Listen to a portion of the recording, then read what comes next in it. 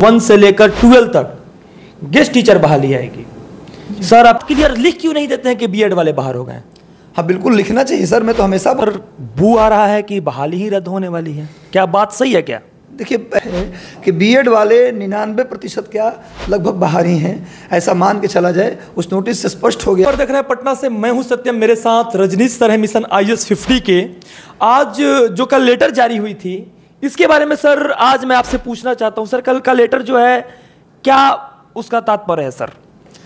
मतलब बीएड वाले सेंस में या फिर वो जो शिक्षा विभाग वाला लेटर के बारे में सर? उस शिक्षा विभाग वाला या फिर बीएड वाला? सर जो बीपीएससी की तरफ से जो लेटर जारी किया गया था, बीपीएससी की तरफ जो लेटर जारी किया गया है उसमें कहा गया है कि बीएड जिनका और डीएलएड दोनों है वो अपना डीएलएड का सर्टिफिकेट बनवा लें और उसी को प्रोड्यूस करें। इससे साफ स्पष्ट है कि बीएड वाले 99% क्या लगभग बाहर ही हैं, ऐसा मान के चला जाए। उस नोटिस से स्पष्ट हो गया कि अब बीएड वाले उसमें एंट्री नहीं कर रहे हैं 1 to 5 के अंदर। और पहले से भी स्पष्ट था सत्यम जी, जब एग्ज़ाम होना था उससे पहले आयोग के अध्यक्ष ने कहा था कि आप नोटिफिकेशन हमने निकाला, एग्ज़ाम देने तक आप लोग अधिकार है आपको एग्ज़ाम देने का, और आगे आप लोग समझदार हैं, समझ जाइए क्या होगा। उसके बाद स्पष्ट रूप से जब डिसीजन आया सुप्रीम कोर्ट का दोबारा, तो उन्होंने कहा कि मैं सुप्रीम कोर्ट के आदेश और एनसीटी गाइडलाइन के अनुसार ही चलूँगा, मैं उससे बाहर नहीं जाऊँगा। तो उनका गाइडलाइन तो यही था कि बीएड वाले 1 to 5 में नहीं आएंगे, तो उन्होंने लगभग उनको बाहर पहले भी कर दिया था। और देखिए अब बीएड वाले बाहर हो गए तो ये तो उनका डिसीजन है, लेकिन परीक्षा लिया गया, फॉर्म भरवाया गया, तो इतने सारे काम करने के बाद बच्चे कितने कष्ट से स्टेशन के किनारे सोकर, मैं देखा कि नाली के किनारे जो स्लैब पड़ा था उस पर सोकर बच्चे एग्जाम दिए हैं। तो कम से कम एक मानवता के नाते आपको यही करना था, तो इससे पहले ही ये नोटिस जारी कर देते तो बच्चों को इतना परेशानी नहीं झेलना पड़ता, खाली फॉर्म भरने का खर्चा उनका जाता, शरीर की परेशानी, पैसों की परेशानी गया। इसके लिए थोड़ा सा मुझे दर्द ज़रूर होता है, लेकिन कल के नोटिस से स्पष्ट है कि बीएड वाले बाहर हैं। हमको तो सर बू आ रहा है कि बहाली ही रद्द होने वाली है, क्या बात सही है क्या? देखिए ऐसा तो हम नहीं कर सकते, चूँकि मैं तो ना तो आयोग में हूँ और नहीं सरकार का कोई सदस्य हूँ, इसलिए वैकेंसी रद्द होगा इसके बारे में हम नहीं कर सकते। और ये मैटर कोर्ट का है, सरकार तो चाहती है वैकेंसी हो, सरकार तरफ से वैकेंसी हो, आयोग बड़ी जल्दी से हम रिजल्ट निकालेंगे, ज्वाइनिंग कराएंगे, इसमें टाइम नहीं लगाएंगे, इनका तो मनसा है। लेकिन अब सुप्रीम हाई कोर्ट में कोई केस कर दे, कोई नोटिफिकेशन, इतनी बार नोटिफिकेशन चेंज हुआ है लगातार, ये भी राइट्स के खिलाफ जाता है, उस पर केस हो जाए, हाई कोर्ट कोई एक्शन ले ले, हाई कोर्ट ही बहाली रद्द कर दे, तो बिल्कुल पॉसिबल है, ऐसा हो सकता है। लेकिन सरकार ऐसा कुछ नहीं चाहती। सर जब एक बार नोटिफिकेशन निकल जाता है उसके बाद कोई चेंजिंग नहीं किया जाता है। लेकिन सर बीपीएससी बहाली, भारत का संविधान देश की आज़ादी के लगभग 75-80 साल हो गया, उतना बार संशोधन नहीं हुआ जितना इस बहाली में संशोधन हुआ है। सर उसके बाद भी यह नोटिफिकेशन है, आखिर सरकार की दबाव है या कोर्ट की दबाव है, या सर किसकी दबाव हो सकती है कि उसके बाद भी यह बहाली को रद्द नहीं किया गया इतना संशोधन? सर एक्चुअली नोटिफिकेशन में संशोधन का राइट है आयोग को, ऐसा नहीं नीचे लिखे रहते हैं कि नोटिफिकेशन में रैंडम परिवर्तन कर सकते हैं, आकस्मिक परिवर्तन संभव है, नीचे लिख देते हैं एक लाइन, वो संभव है। लेकिन इतनी बार नोटिफिकेशन में बदलाव, ये विद्यार्थी को, पढ़ने वाले बच्चे को, एक तो उनकी बेरोजगारी है, लगातार ये डॉक्यूमेंट वो डॉक्यूमेंट, कभी लड़कियों के कहा गया कि पिता की तरफ से बनेगा आपका डॉक्यूमेंट, कभी कहा पति की तरफ से बनाया जाए, कोई दिक्कत नहीं है, तो 2-2 बार लोगों को डॉक्यूमेंट बनवाना पड़ा, भाग दौड़ करना पड़ा। तो ये बार नोटिफिकेशन में बदलाव ये न कहीं छात्रों के जो मनोबल है उसको तोड़ता है। सरकार को पूरी तैयारी पहले कर देनी चाहिए, भले ही 20 दिन बाद नोटिफिकेशन आप निकालते, तुरंत क्यों निकाल दिया आपने? नोटिफिकेशन में बदलाव का अधिकार उनको है, लेकिन बार नोटिस में बदलाव करना ये किसी ने कहीं ना कहीं बच्चों के मनोबल को तोड़ता है, परेशान करता है। ये आप तैयारी करके करते तो ज़्यादा बेस्ट होता। क्या करना था नहीं पहले डिसाइड कर लेते, सारा एंगल पर विचार कर लेते, तब देते नोटिफिकेशन। ये बार बदलाव क्यों किया आपने? जब नोटिफिकेशन निकली थी उस समय डोमिसाइल नीति लागू थी, जब वैकेंसी निकली थी तो 15 दिन तक डोमिसाइल नीति लागू थी, लेकिन अचानक सरकार के ऊपर कौन सा दबाव आ गया कि 15 दिन बाद पूरे देश के लड़का को बुलाना पड़ा? एक्चुअली रोजगार का अधिकार जो है ना, उस पूरे पहले से ही सोचना चाहिए था सरकार को, रोजगार का अधिकार पूरे राज्य को है, लेकिन कुछ सीटें अपने राज्य के लिए आरक्षित कर सकते हैं। 1 to 5 में जहाँ तक मुझे पता है किसी भी राज्य में बाहरी का आरक्षण नहीं है, 1 to 5 में नहीं है, 9 to 10 में है बाहरी का, 11-12 में है बाहरी का, 6 to 8 में है बाहरी का, 1 to 5 में किसी भी राज्य में बाहर के लोगों को नहीं लिया जाता। तो थोड़ा राज्य सरकार को ये सोचना चाहिए कम से कम 1 to 5 में बाहर के लोगों को एंट्री ना दें। ऐसा करना चाहिए था सरकार को। लेकिन खैर, हमारे यहाँ शिक्षा का अधिकार है, शिक्षा ग्रहण करने का अधिकार है, रोजगार पाने का अधिकार है। कोई भी व्यक्ति कहीं भी रोजगार कर सकता है।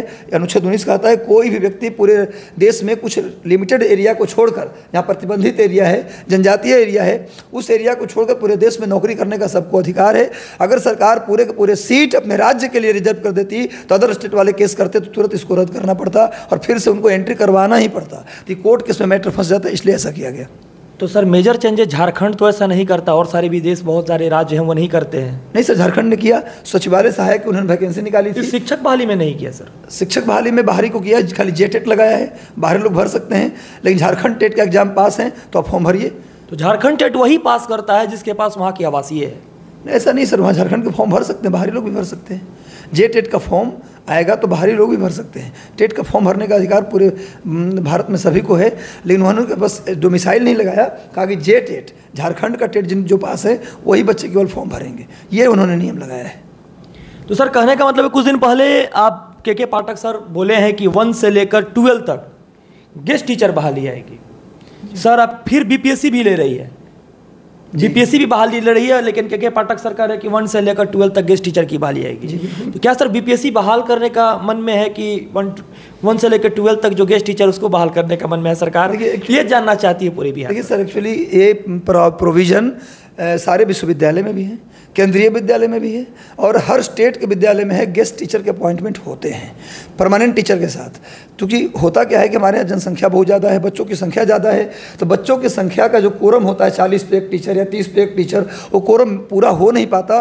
गवर्नमेंट जॉब में सरकार पर रेवेन्यू का बोझ बहुत बड़ा पड़ता है, और जब गेस्ट टीचर अपॉइंट करते हैं तो उनके पास सरकार के पास जो लायबिलिटी है परमानेंट टीचर की तुलना में उन पर कम हो जाता है, जिससे कि गेस्ट टीचर कम पैसे भी उनको देने पड़ते हैं। साथ ही साथ उनको ज़्यादा संख्या में टीचर मिल जाते हैं, तो सरकार को फ़ायदा होता है। और गेस्ट टीचर से फ़ायदा ये होता है कि बच्चों के लिए फ़ायदा ये होता है कि जो परमानेंट सेलेक्ट हो गए उनको तो ठीक है भाई, नौकरी उनको हो गई, लेकिन जो फेल हो जाते हैं बच्चे, जिनका सिलेक्शन नहीं हो पाता, उनको भी रैंडम रोजगार मिलता है, जिससे उनके घाव पे थोड़ा मरहम लग जाता है। तो गेस्ट टीचर का अपॉइंटमेंट पैरेलल होता है।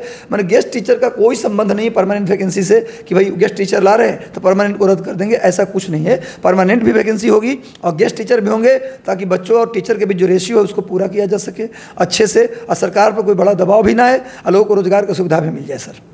सर ये भी है, अभी बिहार शिक्षक बहाली में देखे सर कि जब 11 तारीख के दिन जजमेंट आई थी, उसके बाद अतुल होगा नियोजन। सर ये 3 साल 3 मंथ लग गया। क्या सर सरकार की बात को मानना चाहिए? क्योंकि सर परमानेंट भी वैकेंसी होगी और गेस्ट टीचर भी होंगे, ताकि बच्चों और टीचर के बीच जो रेशियो है उसको पूरा किया जा सके अच्छे से, और सरकार पर कोई बड़ा दबाव भी ना आए और लोगों को रोजगार की सुविधा भी मिल जाए। सर ये भी है, अभी बिहार शिक्षक बहाली में देखे सर कि जब 11 तारीख के दिन जजमेंट आई थी, उसके बाद अतुल प्रसाद सर को यह बात पता चल गया था फर्स्ट जजमेंट में ही कि बीएड वाले बाहर चले गए, क्योंकि वहाँ पर डबल बेंच की बैठक थी। तो सर पूछना चाहते हैं आखिर किस दबाव में आकर सारे लोगों से एग्जाम लिए, फिर कल लेटर जारी किए? पूरे भारत के लोग परेशान हुए सर, 8 लाख पर लोग परेशान हुए। क्या क्वेश्चन छपा गया था वो दबाव थी कि सरकार जो पैसा ले ली थी अपने अकाउंट में वो नहीं देने की दबाव थी? क्या थी सर? देखिए सर, जो भी दबाव रहा हो, लेकिन अगर आपको ये पता चल गया था, जब आप खुद समझदार हैं, समझ लीजिए वाला नोटिस जारी कर दिए थे, तो आपको सीधा उसी समय नोटिस जारी करना था। जब आप कह रहे हैं एनसीटी और सुप्रीम कोर्ट गाइडलाइन को फॉलो करेंगे, हाँ बिल्कुल, ये भी आश्चर्य की बात है मेरे लिए कि भाई आखिर आपने ऐसा क्यों किया? क्यों किया? बच्चे इतने परेशान हुए, जब लेना ही नहीं था तो कम से कम उनका फॉर्म का पैसा गया था, शरीर परेशान हुआ, फिर और पैसे लगे। बिहार एक सामान्य क्लास का, यहाँ पर लोअर मिडिल क्लास के लोग ज़्यादा हैं, जहाँ बच्चों की पढ़ाई के लिए उनकी खेती से पैसा आता है, कर्ज से पैसा आता है, यहाँ तक केसीसी का पैसा जो आता है, खेती करने वाला पैसा, वो पैसा अपने बच्चे की पढ़ाई में लगा देते हैं लोग। इतनी गरीबी से लोग रहते हैं, दौड़ दौड़ के इस जिला से उस जिला में लोग परीक्षा देने गए। ये बहुत ही ठीक नहीं था, इसको पहले ही क्लियर करना था कि भाई आप परीक्षा मत दीजिए। क्वेश्चन छप गया तो छप गया, क्या दिक्कत है? उस क्वेश्चन का इस्तेमाल कहीं और कर लेंगे हम। लेकिन ये ठीक नहीं था, ये अच्छा नहीं था, सरकार को पहले ही बताना था। सारे विषय वस्तु को अच्छा से लेटर पे जारी करते हैं अतुल सर, सारे विषय वस्तु को क्लियर रखते हैं, लेकिन यह बात क्लियर लिख क्यों नहीं देते हैं कि बीएड वाले बाहर हो गए? हाँ बिल्कुल लिखना चाहिए सर। मैं तो हमेशा बोलता रहा हूँ कि आयोग को एकदम क्लियर करना चाहिए कि बीएड वाले अब एकदम सीधे बीएड वाले अपना डॉक्यूमेंट वेरिफिकेशन के लिए ना आए। आपका 1 to 5 में कोई जगह नहीं है, आप आगे तैयारी करिए, उससे बच्चे निश्चिंत हो जाएंगे कि भाई चलिए हमारा अब नहीं होना है। 2-3 दिन तकलीफ होगी, 3 वक्त जो है सारे बड़े बड़े घाव को भर देता है, भर देगा घाव। अब देखे होंगे सर कि के पाठक सर अब रोक लगा दिए जो डॉक्यूमेंट वेरिफिकेशन हो रहा है उस पर। अचानक से सारे जितने सारे जिला हैं सारे जिला में रोक लगा दिया कि सर क्या कारण है? देखिए के पाठक सर का कहना ये है कि आप वेरिफिकेशन नौकरी के बाद करेंगे तो जो लिमिटेड लड़के होंगे जिनका सिलेक्शन होगा उनका वेरिफिकेशन होगा, तो बाद में जब करेंगे ही तो पहले वेरीफाई करने का क्या मतलब है? पहले कर रहे हैं तो उतने बड़े संख्या के लोगों को वेरीफाई करना पड़ेगा, उसके लिए पूरा सिस्टम इंगेज होगा, अन्य काम जो सरकार का है डेवलपमेंट का वो बाधित हो जाएगा। ऐसे में जब आप पूरे लड़कों को वेरीफाई करेंगे तो बच्चे एक आशा में आ जाएंगे यार मेरी नौकरी हो रही है। अब बाद में नौकरी जब रिजल्ट होगा तो उनका नौकरी नहीं होगा, दिल टूटेगा एक तो बच्चों का, दूसरा बाद में वेरीफाई करेंगे ही तो फिर पहले वेरीफाई करने की क्या जरूरत है? बाद में करेंगे तो उससे फायदा होगा, कम बच्चों को वेरीफाई करना पड़ेगा। तो इससे इसी उद्देश्य से हो सकता है उन्होंने ये कार्य किया हो। लास्ट में बीएड वाले बच्चे के लिए क्या कहिएगा सर? बीएड वाले बच्चों के लिए बस क्या कहूँ, बस मेरे लिए तो बीएड डीएलएड सभी लोग बराबर हैं। मैं तो सबके लिए शुभकामना देता हूँ। आज कृष्ण जन्माष्टमी का अवसर भी है कि सभी लोग सफल हों, सपने पूरे हों।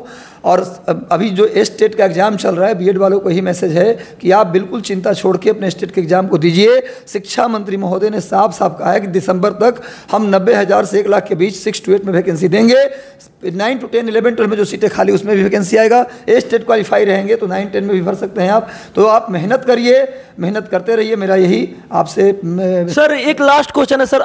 शिक्षा विभाग ने पहले जारी किया कि अक्टूबर में बहाली होगी, अब दिसंबर में। लेकिन सर एक बार जब रंजीत सर थे, लास्ट क्वेश्चन है, 3 मंथ में बोले थे बहाली आ जाएगा जैसे खत्म होगा नियोजन। सर ये 3 साल 3 मंथ लग गया। क्या सर सरकार की बात को मानना चाहिए? क्योंकि सर पेपर तो सर 4 साल से बहाली करवा रही है। रंजीत सर शिक्षा विभाग में उस समय फिर तुरंत वहाँ से हट गए थे। सर मेरा क्वेश्चन है कि पेपर की बात को मानना चाहिए। सर पेपर ही ऐसा बात बताया कि पूरे 4 साल तक बच्चे लोग सपना पर सपना देखते गए।